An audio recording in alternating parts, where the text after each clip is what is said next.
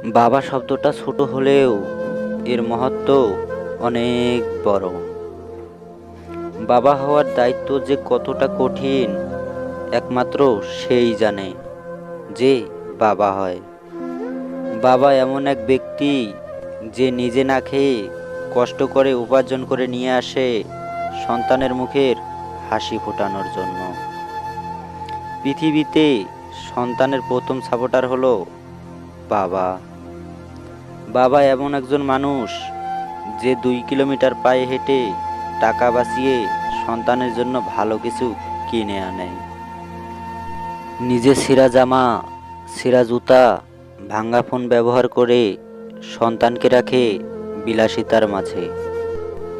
বাস্তবতার সব দুঃখ, কষ্ট সব কিছু একা নিজের মধ্যে রেখে, পরিবারকে সব কিছু থেকে দূরে রেখে সুখের মাঝে যিনি রাখে তিনি হলেন বাবা।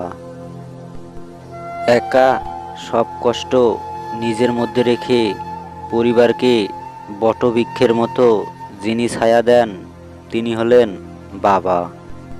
আসলে বাবা নিয়ে যতই বলা হয় না কেন কম বলা হবে। বাবা জাতির মহত্ব কখনো বলে বা লিখে শেষ করা যাবে না।